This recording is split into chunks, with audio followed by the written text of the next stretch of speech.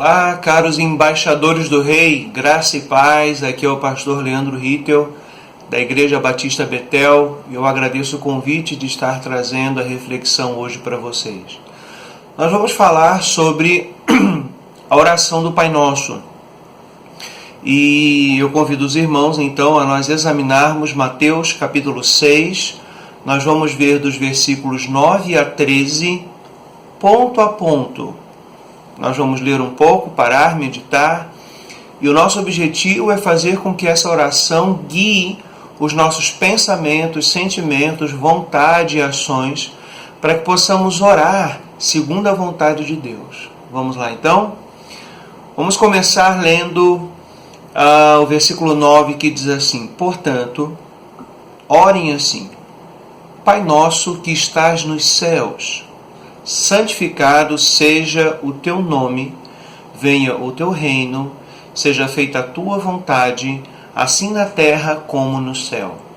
A oração começa falando de Deus. A oração não começa falando sobre nós.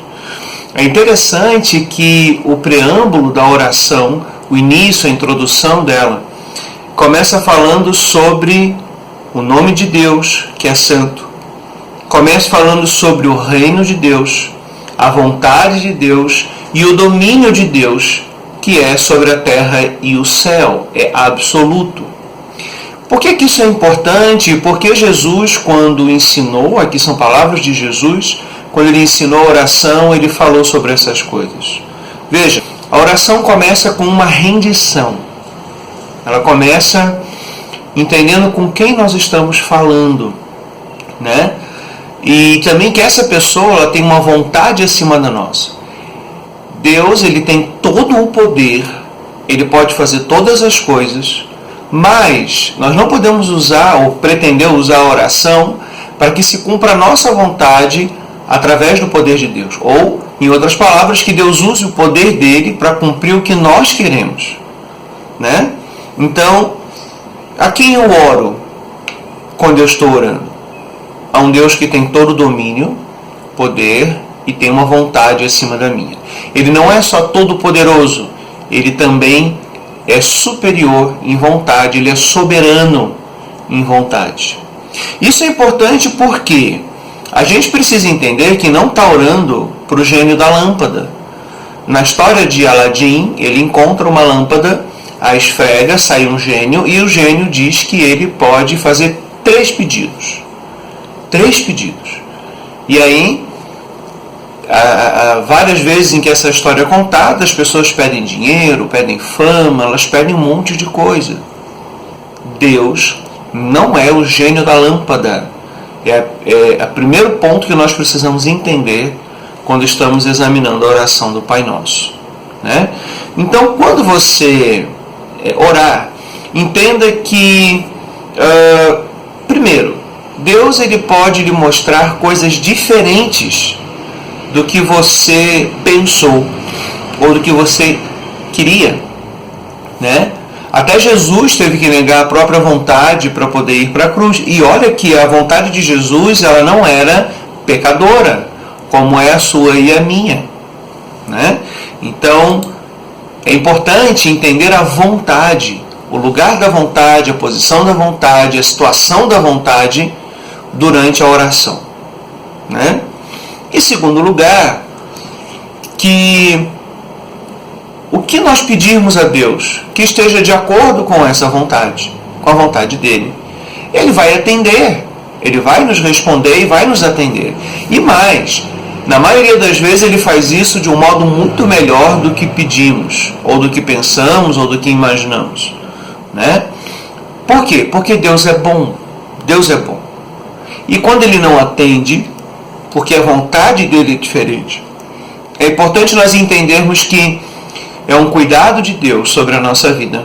E que não é porque Deus é um Deus mau, é porque Deus é um Deus bom. E a nossa vontade pode nos levar para caminhos errados. Ela pode até trazer coisas boas no momento, mas ela pode, lá no futuro, trazer caminhos errados.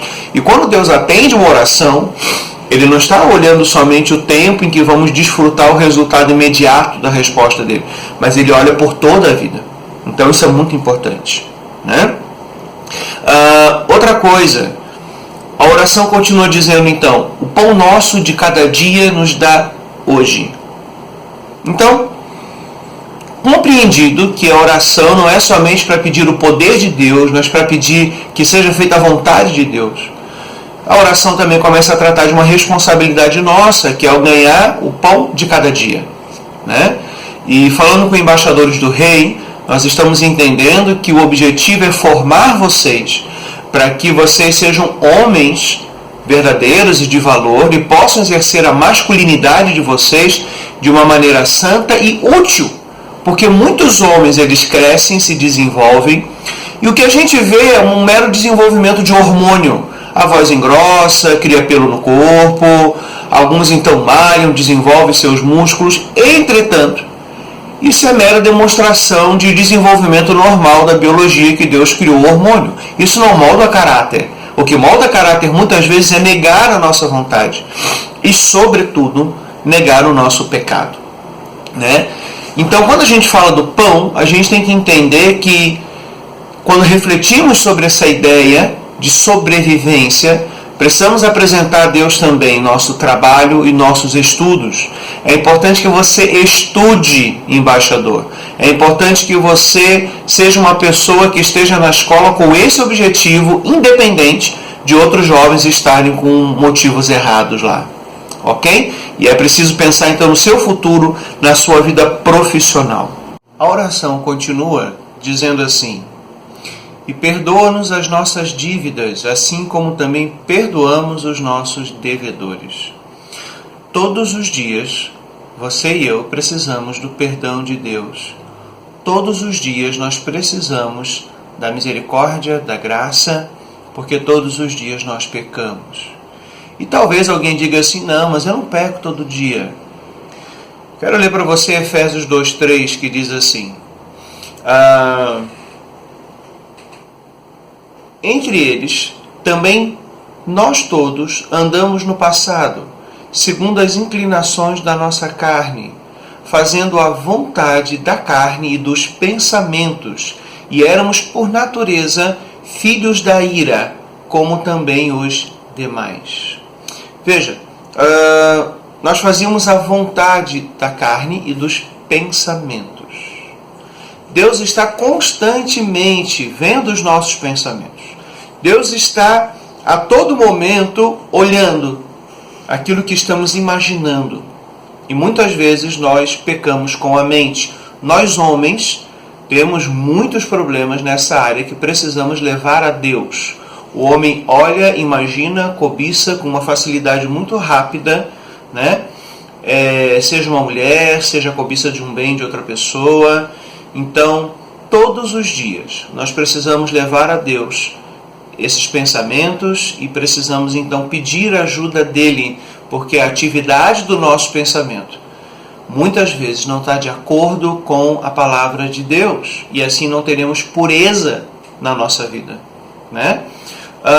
Veja, você precisa levar os seus pensamentos a Deus diariamente e lutar contra os pensamentos errados, e faça isso como um homem. Estava falando sobre a questão de masculinidade. Veja, explosão de hormônios não necessariamente é masculinidade.